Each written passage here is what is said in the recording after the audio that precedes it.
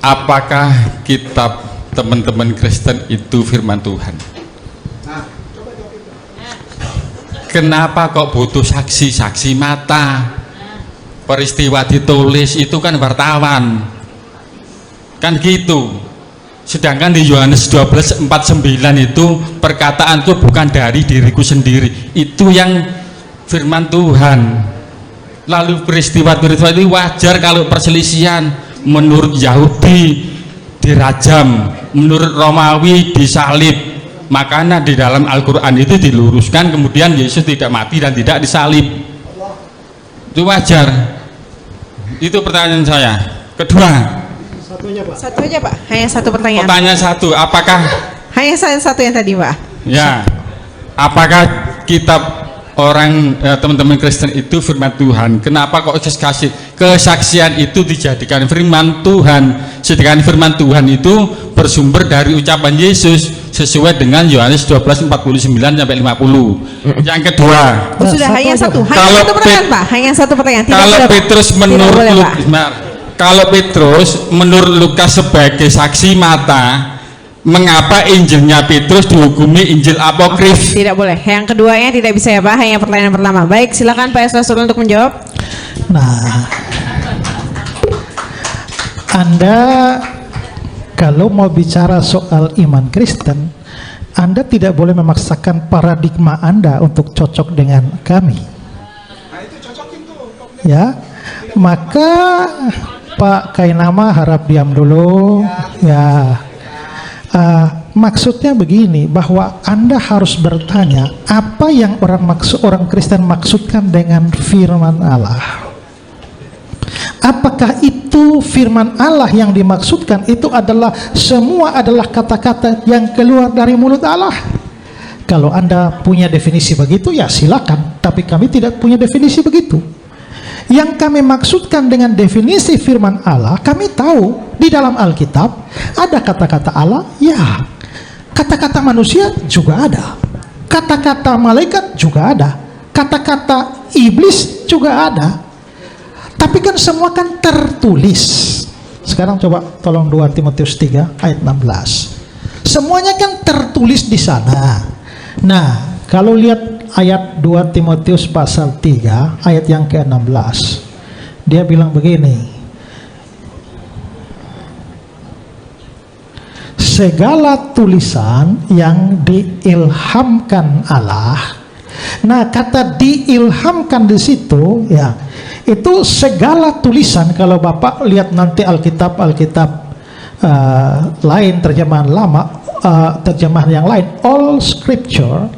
Jadi itu merujuk pada seluruh kitab suci diilhamkan Allah. Itu menggunakan kata Yunani theopneustos. Theos itu Allah, pneuma itu nafas. Jadi theopneustos artinya dinafaskan oleh Allah. Nah, apa artinya dinafaskan oleh Allah? Inilah yang namanya doktrin tentang inspirasi. Artinya bahwa para penulis itu memang menulis. Mereka menulis dan bahkan mereka gaya tulis mereka itu masuk. Mereka mengadakan seperti Lukas pasal 1 itu ya, dia mengadakan wawancara dengan para saksi mata dan segala macam. Kalau begitu, di mana peranan theopneustos itu, disitulah pekerjaan Allah melalui Roh Kudusnya untuk menjamin bahwa setiap tulisan, entah itu narasi, entah itu nubuatan, entah itu puisi, entah itu surat-surat dan lain sebagainya, semua ada dalam koridor pengilhaman Roh Kudus. Karena semua itu ada dalam pengilhaman Roh Kudus, makanya semua bersumber dari Allah walaupun ditulis oleh orang. Dan karena itulah orang Kristen mau mengatakan bahwa itu adalah firman Allah. Anda punya definisi lain silakan, tapi kalau Anda mau mengkritik kami, Anda harus mengikuti dong definisi kami. Tidak bisa memaksakan definisi Anda kepada kami. Sekarang, kenapa harus pakai saksi mata? Justru itu menunjukkan bahwa iman Kristen itu bisa dibuktikan dalam sejarah. Ya. Jadi apa yang dikatakan di dalam Alkitab itu betul-betul suatu kesaksian sejarah. Bukan hanya teori tiba-tiba aduh Allah bicara dari langit tidak ada saksi mata. Lalu siapa yang tahu itu asli, betul-betul terjadi? Hanya Allah dan orang itu. Mungkin Anda punya pemahaman begitu. Dan karenanya saya nggak tahu ya, tapi Quran kayaknya tidak pakai saksi mata. Hanya Allah bicara kepada Muhammad, dan hanya Allah dan Muhammad yang tahu.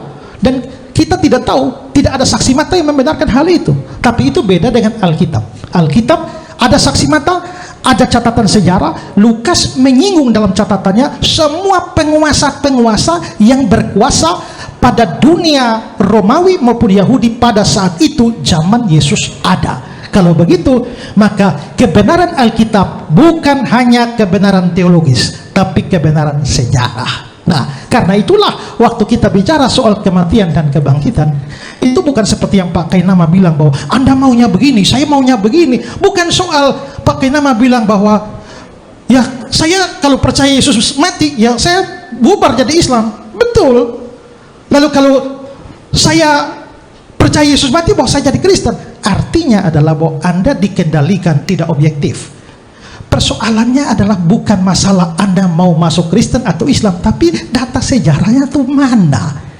Nah sekarang begini, kalau Pak Kainama tetap berpegangan bahwa karena saya Islam maka saya harus percaya Yesus tidak mati, sementara semua data sejarah itu membuktikan Yesus mati, maka itu berarti iman Pak Kainama tidak atas dasar sejarah. Itu iman kosong, iman buta. Karena itu saya tawarkan, Pak, sebelum almarhum baliklah